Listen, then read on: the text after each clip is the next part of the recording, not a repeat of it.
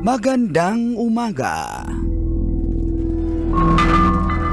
Ayon sa pagsisiyasat na ginamitan ng luhika, mahika at konsyensya, ako si Manggas at ito ang Siko. Sino ako?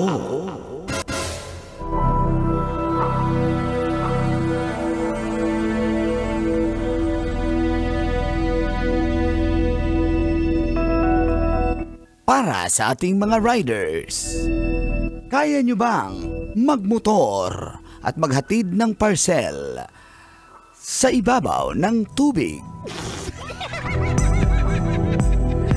Naging trending ang isang daredevil biker dahil tumawid ito sa Black Sea sa Georgia gamit ang kanyang modified motorcycle. Kung kaya't nakapagmotorsiklo sa ibabaw ng tubig ang nasabing daredevil biker dahil minodify niya ito, nilagyan niya ng skis. Kailangang mabilis ang takbo ng nasabing lalaki o rider para hindi lumubog sa tubig ang kanyang motor.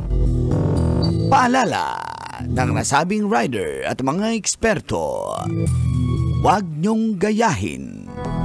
For official and expert use only. Halos kalahating taon din daw nagsanay ang nasabing rider para sa kanyang extreme ride adventure. Ikaw, kabisyong rider, lumutang ka na ba sa baha? Yan ang ating Siko. Sino ako? Sino? Ako? Kailangan pa bang i-memorize yan? Yes, ganyan. Ganyan, rider. Basic. Sa akin yan, basic. Morning, Cole! Morning, Tits! Kabisyo, Feel good morning! Woo! Do you remember? Thank God it's Friday, September 20, 2024. Sa oras na 7:31 ay kasama niyo na ang cool na Uncle. Nagbomotor din, pero isa lang ang OBR, Uncle Dagol!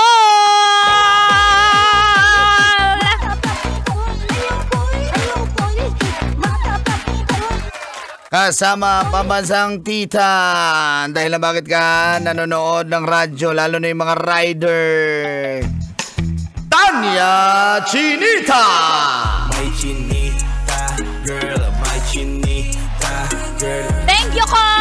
Thank you, Tis. Featuring the oldest rider, Mang Kanor. Wala pang motor, nagra-rides na to. Ano, yung Raptor na brown. Yung aking sinasakyan dati, yung mga T-Rex, ganyan. Trending ka na rin ng Saurus. Ano? Kaya mo ng Saurus. Anong klaseng dinosaur? Bala ka na mag-spell. Yun mga stunts na mga tinatawag na daredevil bikers na Natutuwa ako na na-amaze ka ba sa ganyan? Manood talaga niya yung mga exhibition. Yun. Kaya Pero, mga extreme. Pero ano yan life, talaga yan Oh, of course. Risky talaga. Very risky kasi malalim yung tubig. What if hindi mo na makontrol, matumba ka sa tubig, malunod, and then hindi ka na Oo, makagat ka ng tilapia. May namatay na ba na kinagat ka ng tilapia? Oo, nahuli ng asawa. Kaya pala. Kumagat ng ibang tilapia kinagat ng ibang tilapia, nahuli na asawa, patay.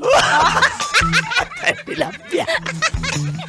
Pero sabi nga, huwag niyong gayahin ang nasabing daredevil biker dahil hindi po madali yan. Ang mga ganyang extreme adventure po ay nag-iensayo po sila at sinasanay ang kanilang sarili sa mahabang panahon. Hindi po kaya ng isang araw, isang linggo, ilang oras mong praktisin yung ganyan.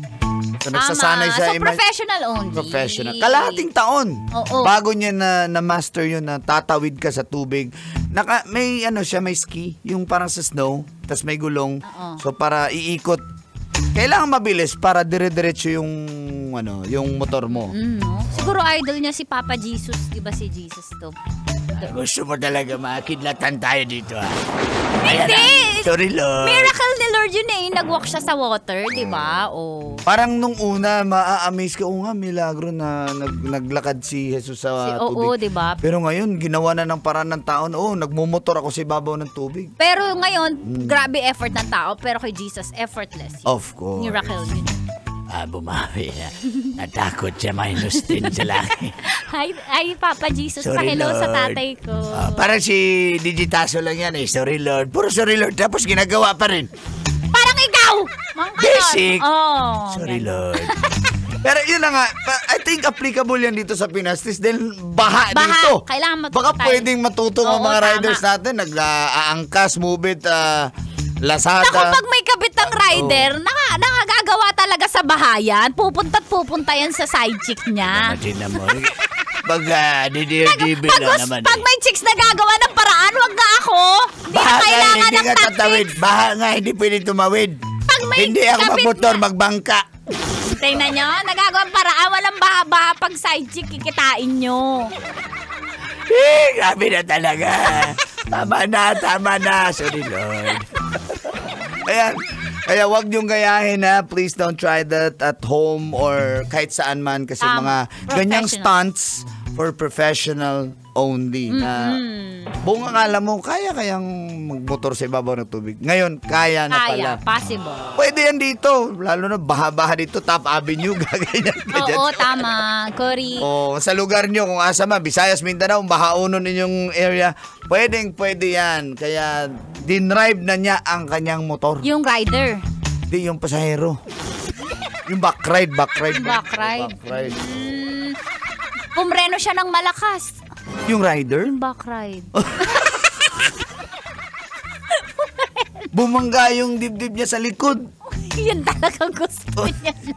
Bumangga yung dibdib ng backride. Dibdib ng rider.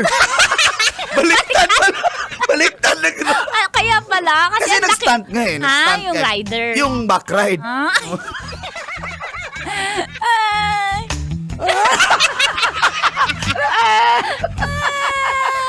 Ma'am, may parcel po kayo.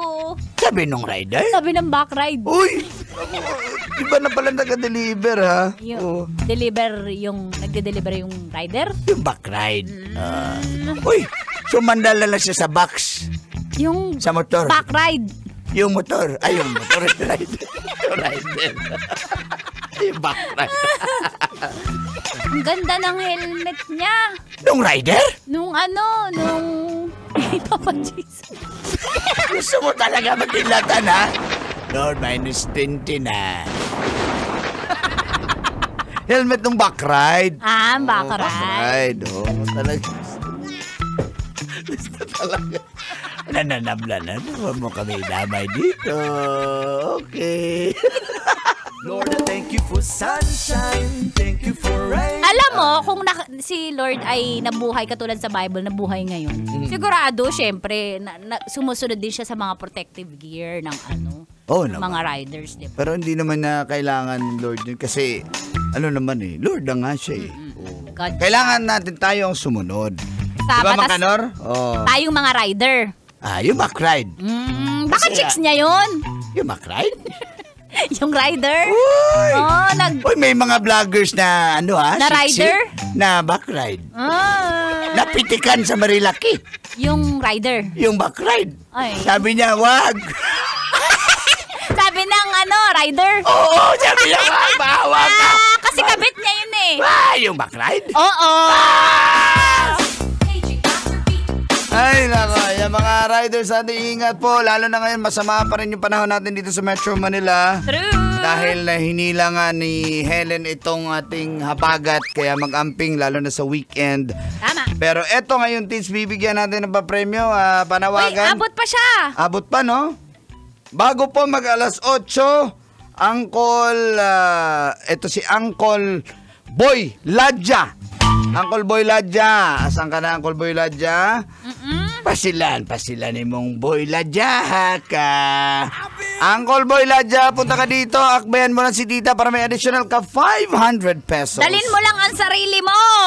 Pero dapat, bago mag alas 8, maakbayan mo si tita para may additional 500. Kasi pag lumagpas ka na ng 8 a.m. 1.5 na lang. Opo. Pero panalo ka pa rin ng 1.5. O, di ba? Hindi na masama. Totoo naman. Of course, may pang-boundary ka na. Isang taxi driver, itong si Uncle Boy Ladja. Yan. O, narinig mo yan. At lahat ng mga drivers natin na nakapagparehistro at hindi nakapagparehistro, punta kayo dito sa aming himpilan sa MBC Building. CCP Complex, Rojas Boulevard, Pasay City! At tuloy-tuloy pakikinig. Kasama pa rin ang pamansang tita Tanya Chinita. At cool na Uncle Dagoy! Sa istasyong number 1, ito po ang 90.7 Love Radio. Kailangan pa bang i-memorize yan? Basic! Kailangan pa bang i-memorize yan? Love Radio. Basic!